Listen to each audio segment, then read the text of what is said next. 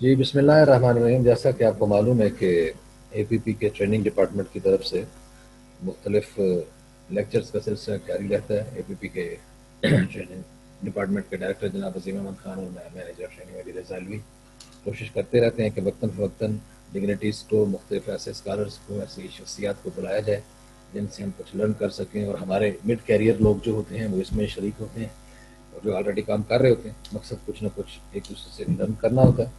آج ہماری خوش قسمتی ہے کہ ہمارے درمیان پروفیسر ڈاکٹر محمد قاسم بوگیو صاحب موجود ہیں. آپ محتاج تعارف نہیں ہیں، لیکن ایک روایتی انداز میں آپ تمغہ امتیاز ہیں. 2009 میں آپ کو تمغہ امتیاز ملا، 2016 میں آپ کو پرائڈ آف پرفارمنس ملا، اور آپ پروفیسر آف لٹریچر ہیں، لینگویج اینڈ لنگوسٹکس چیئرمین رہے ہیں پاکستان اکیڈمی آف لیٹرس کے. اور اس کے علاوہ آپ نے سندھ یونیورسٹی میں ایک طویل عرصہ خدمات سر انجام دیں. بہت ساری کتابوں کے مصنف ہیں، مؤلف ہیں، ریسرچ میں آپ کا بڑا نام ہے. اور اس کے علاوہ آپ امریکہ سے آپ نے پوسٹ ڈاکٹریٹ ڈگری حاصل کی، انگلینڈ سے پوسٹ ڈاکٹریٹ ڈگری حاصل کی. اور آپ کی بہت ساری کتابیں جو ہیں وہ اس وقت مختلف اداروں میں جو ہے ان سے استفادہ کیا جاتا ہے، لٹریچر میں، نصاب میں. تو بجائے کہ مزید نگیٹیوٹی میں جانے کے، جب آپ سنیں گے تو آپ کو خود ہی پتہ چلے گا، جن لوگوں نے ہمیں اس سے ادھر جوائن کیا ہے اور جن لوگوں نے یہاں جوائن کیا ہے. بہت شکریہ ڈاکٹر صاحب، میں آپ کا شکر گزار ہوں اے پی پی کے بیہاف پہ کہ آپ نے ہمیں ٹائم دیا. آپ کی بڑی نوازش ہے. Over to you sir. مہربانی مہربانی آپ کی، اے پی پی کے دوستوں کی، کہ آپ نے دوستوں سے ملنے کا موقع دیا. میرا تو شاید یہ مشن ہے کہ دوستوں سے ملا جائے، بات چیت کی جائے، کچھ سیکھا جائے، کچھ سنا جائے، کچھ سنایا جائے. اور ابتدائی آپ نے بات ایسی کی تو میں چاہتا ہوں اسی میں شروع کروں کہ آپ نے چومسکی کا نام سنا ہوگا، ولیم لابوف کا نام سنا ہوگا، پیٹر ٹڈگل کا نام سنا ہوگا. ان کا ایک بلیف ہے کہ ہم لوگ جو ریسرچر ہیں وہ جس علاقے سے یا جس زبان بولنے والوں کے یا جس سماج سے ڈیٹا لیتے ہیں، ان پر ایک رسپانسبلٹی ہے، ان پر ایک ذمہ داری ہے کہ نہ صرف اس سماج کے لیے، اس زبان کے لیے جہاں سے انہوں نے ڈیٹا لیا ہے، لیکن پوری دنیا کے، پورے پلانٹ کے لوگوں کے لیے اپنی علمی اور جو لسانیاتی نالج ہے اس کے ذریعے ان تک پہنچیں اور ان کے مسائل حل کرنے کے لیے کوشش کریں. جی ڈاکٹر صاحب، سوری فار انٹرپشن. محترمہ رباب کاظمی صاحبہ ہمارے نیولی ایگزیکٹو ڈائریکٹر ہیں اے پی پی کی. بہت شکریہ. Most welcome to join. تو اس حوالے سے یہ ایک ہماری ذمہ داری ہے. تو میں چاہتا ہوں بات شروع کرنے سے پہلے وہ ایک جملہ جو انٹرنیشنلی ایکسیپٹیڈ ہے اس کو میں کر لوں. ٹرڈگل emphasized that we have a duty as an expert on language not only to these communities where we have got a data, but also to ourselves and to the human population of the planet as a whole, to apply our linguistic knowledge to the solution of a particular and growing real world problem. تو اس duty کے ہم نے اپنا M بنایا ہوا ہے، mission بنایا ہوا ہے کہ یہ ہماری ذمہ داری ہے کہ ہم جو سمجھ رہے ہیں اس بات کو آگے بڑھائیں اور دوستوں سے شیئر کریں. اس حوالے سے آج کی جو بات آپ نے مجھ سے پوچھا تھا کہ کیا بات کریں گے، تو میں نے کہا تھا کہ میں پاکستان کی سماجی لسانیات کے حوالے سے دوستوں سے بات کرنا چاہتا ہوں. جب ہم سماج کہتے ہیں، سب سے پہلے تو میں تھوڑی وضاحت کرتا پھروں. سماج بننے میں جو لوگ سب سے زیادہ جو چیز کارآمد ہوئی، جس نے لوگوں کو اکٹھا کیا، وہ تھا میٹھا پانی، بہتا پانی. تو دنیا میں کہیں بھی جہاں پہ میٹھا پانی ہے اور بہتا ہوا پانی ہے، آبادی وہاں ہوئی ہے، لوگ وہاں رک گئے. جانوروں کے پیچھے بھاگتے بھاگتے جہاں پہ پانی ملا انہیں وہیں رک گئے، وہیں پہ فصل ہوئی اور وہاں پہ سماج بننے شروع ہوئے. تو جو ارلی ہمیں گاؤں ملے ہیں یا ارلی سوسائٹیز ملی ہیں یا ارلی سماج ملے ہیں، وہ سارے ان دریاؤں پہ آباد رہے ہیں، جن میں دریا نیل پہ بھی ہے، ریور سندھو پہ بھی ہے، موہنجو دڑو آبادی دریا کے کنارے، یعنی ابتدائی طور پر. اس کے بعد تو پھر پھیلتے گئے، انسان پھیلتے گئے، پھر باؤنڈریز ہوتی گئیں، حدود ہوتے گئے، پھر ممالک بنے. تو جب سماج جب کہتے ہیں کہ ایک مخصوص حدود میں کچھ لوگ